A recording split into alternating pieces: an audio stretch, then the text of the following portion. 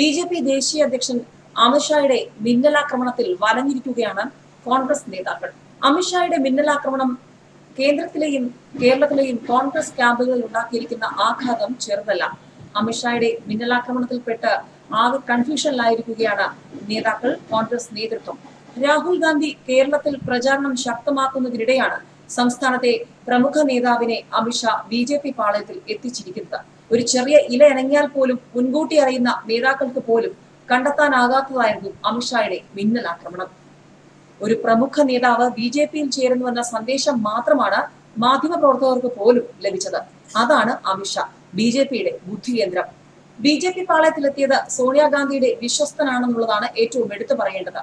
Tom വടക്കനെ BJP. പാളയത്തിലെത്തിക്കാൻ അമിത്ഷാ ചെറിയ കളിയൊന്നുമല്ല കളിച്ചത്. അതിന്റെ ഞെട്ടൽ മാറാതെ കോൺഗ്രസ് നേതൃത്വം ഇപ്പോഴും ഇരിക്കുകയാണ്.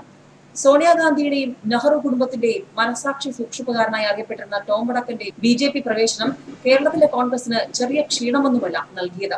തിരഞ്ഞെടുപ്പിന് തൊട്ട് മുൻപ് തന്നെ കോൺഗ്രസ് വക്താവായ ടോം വടക്കനെ ബി.ജെ.പി. പാളയത്തിലെത്തിച്ച അമിത്ഷാ കോൺഗ്രസിന് നൽകിയത് കനത്ത തിരിച്ചടിയാണ്. അതും തിരഞ്ഞെടുപ്പിന് ദിവസങ്ങൾക്ക് മുൻപ്.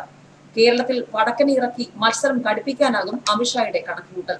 കളത്തിലിറങ്ങി ടോം വടക്കൻ കളിക്കുമ്പോൾ അത് ആർക്കായിരിക്കും പണിയായി മാറുക? 3.5 പതിറ്റാണ്ടായി രാജ്യതലസ്ഥാനത്ത് ഡൽഹിയിൽ കോൺഗ്രസിന്റെ മുഖമായ ടോം വടക്കനായിരിക്കുമെന്ന് ആരും കരുതിയില്ല കോൺഗ്രസിന് പണി കൊടുക്കുന്നത്. രാഹുൽ പാർട്ടിയിൽ പിടിമുറുക്കിയപ്പോൾ കടുത്ത അവഗണന നേരിട്ട നേതാക്കളിൽ ഒരാളായിരുന്നു ടോം വടക്കൻ. അതിന്റെ എല്ലാ പ്രതിഫലനവും ഇപ്പോൾ വടക്കൻ കാണിച്ചു. സോണിയയുടെ മനസാക്ഷി വിശേഷണം പത്രത്തലക്കെട്ടുകളിൽ മാത്രം ഒതുങ്ങിപ്പോയ നാളുകളിൽ അതിൽ നിന്ന് പുറത്തുവരാൻ ടോം വടക്കനെടുത്ത അവസാന കളി അമിത്ഷാ അത് കൃത്യമായി മുതലാക്കി. സ്വന്തം നാട്ടിൽ കൈപ്പത്തി ചിഹ്നത്തിൽ മത്സരിക്കണമെന്ന ആഗ്രഹം പലവട്ടം പറഞ്ഞപ്പോഴും ടോം വടക്കന് അവഗണന മാത്രമായിരുന്നു.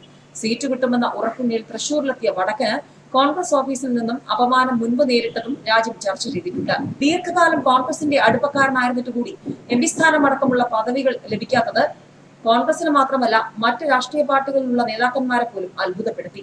കോൺഗ്രസിന് വേണ്ടി മുന്നിൽ നിന്ന് വാദിച്ചവരിൽ എന്നും പ്രധാനിയായിരുന്നു ടോം വടക്കൻ. ദേശീയ മാധ്യമങ്ങളിലും കേരളത്തിലെ മാധ്യമങ്ങളിലും എന്നും കോൺഗ്രസ് കുടുംബത്തിന്റെ അന്തിമ വാക്കുകൂടിയായിരുന്നു വടക്കൻ. അക്ബർ റോഡിലെ കോൺഗ്രസ് ആസ്ഥാനത്ത് നിന്നും അവഗണനയിലൂടെ മുറിവേറ്റ് ടോം വടക്കൻ ബി.ജെ.പി. ആസ്ഥാനത്തേക്ക് കയറി വരുമ്പോൾ കൈപിടിച്ച് മുന്നിൽ തന്നെ അമിത്ഷാ ഉണ്ട്. അതുതന്നെയാണ് അമിത്ഷായുടെ തന്ത്രവും.